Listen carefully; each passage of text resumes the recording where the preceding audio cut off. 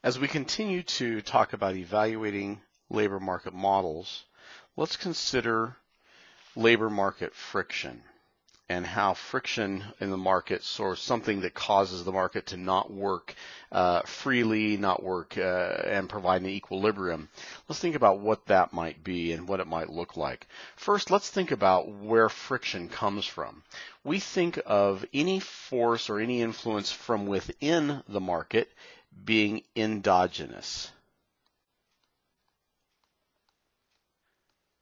So it comes from inside of the market. And any influence or any force coming from inside of a market, we believe will simply cause the market clearing levels, the equilibrium levels to change, but to still be able to have a market that clears. So this would be some endogenous influence that is perhaps in this case still leading to a freely competitive or freely flowing market. Well, that would not be friction, of course. That's still giving us a freely flowing marketplace that appears to be working well. However, if we have an exogenous influence that comes from outside of the market, and that would then give us some sand in this mechanism, some friction in this mechanism, such that we wouldn't expect that at a given wage, labor supply and labor demand would be equal. In fact, at a given wage, maybe they would be different. Or at a required level of labor, that wages might be different. So this gives us some outside interference that causes the market to no longer freely equilibrate. It doesn't freely clear. Now, more often than not, an exogenous influence in labor is going to come either from some structural element in the economy, which will have been changed because of a government influence, a federal government, state government, etc., or perhaps it's a byproduct of a union contract, so a union being exogenous to the marketplace but will change some of the dynamics in the labor market, or any other kind of a contract that a firm and workers might have entered into. So let's take a look at a couple of visual forms of this. Here we have, as you've seen a number of times now, a relatively normally shaped labor demand, or labor supply curve, of course, labor demand curve in a market where we've reached some W star and some L star. Well, in this case, we're going to think of a price control. And we can think back to microeconomics where we think of price controls as being either price floors or price ceilings. But since this is a labor market, we're going to think of this in terms of a wage floor or a wage ceiling. So a wage floor or a wage ceiling. Well, if we think about it, a ceiling is something that we don't want to go above.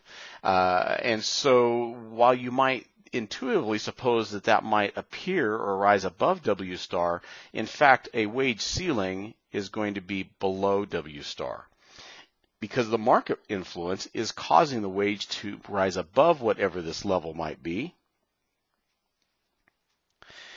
And we may want to somehow exogenously, either through contract or government influence, government policy, we might want to put this wage ceiling here so that wages don't rise above this level, don't rise to the equilibrium level. Well, what might cause that? Perhaps it would be a government that's wanting to stem the tide of inflation. It sees that the equilibrium level of wages are rising and that we don't want them to do so, so we're going to fix or stop or set wages at a particular level for this type of worker.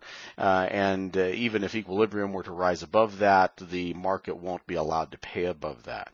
But we don't see a lot of wage ceilings in the market, other than those that might be created by contract. So we don't see governments setting universally some wage ceiling, but we do see governments setting some wage floor. In fact, we commonly think of a wage floor in our market as a minimum wage. So this would then be a market for unskilled labor. And so we would have a wage floor that would be set above W star. And remember, think of a floor as something we don't want to go below.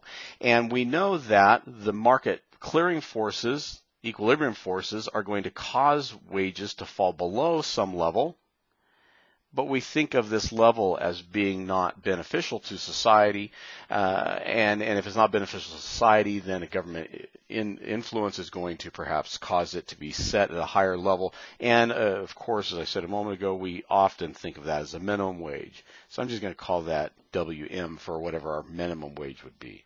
Well, what's the effect of having one of these price controls or wage controls in a marketplace? Well, we can see very quickly that we no longer have labor demand and labor supply having similar values at a given wage. We now see them having different values at a given wage, which may cause us some challenges. In this case, we see that labor demand is less than labor supply, and when labor demand is less than labor supply, that yields some kind of surplus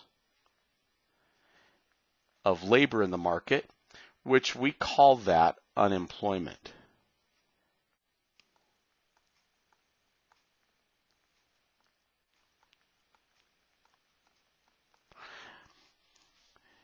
And then we will have to consider if an economy or society is going to provide some value or some benefit to their unemployed that might be unemployed because of this exogenously imposed wage level. We actually do see this. We call it unemployment benefits, of course. Well, let's think about a different kind of friction that might enter in, still exogenously imposed, but that doesn't set the wage level either at a wage floor or wage ceiling, but that perhaps sets the number of workers required. We can think of this as a quota. What would happen in this case if we have our basic, normally functioning labor market, but the government came in and said we only want a certain number of workers, let's call it L prime, in this particular marketplace? Well, at L prime, we then have only a limited number of workers that are willing to supply their labor, and they would require W prime, but we have a higher number of workers that are going to be expected by firms, and we would have that at a price of W double prime. Well, this then is not a mismatch in the number of workers, because this would be a number of workers that is mandated by a government, or maybe by a contract. Let's say it's a union contract that says we need 1,000 workers. The firms have agreed to employ 1,000 workers, and at 1,000 workers, then maybe in this marketplace, W prime would be the wage that they would require, and W double prime would be the number of workers that the firm is going to demand. Well, when you have this kind of a mismatch, we think of this as yielding some kind of an economic rent. So in this case, if this was because of a union, let's say, then the workers would actually perhaps be paid W double prime.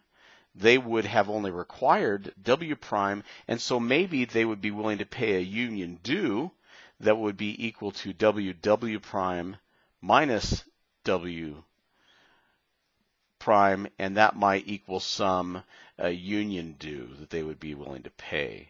There's many ways of looking at this, but the basic concept that we're considering here is that we have some quota, some number of workers that is going to create a mismatch in this marketplace, and that we have, just as we saw before, some wage that creates a mismatch in this marketplace. We consider that labor market friction.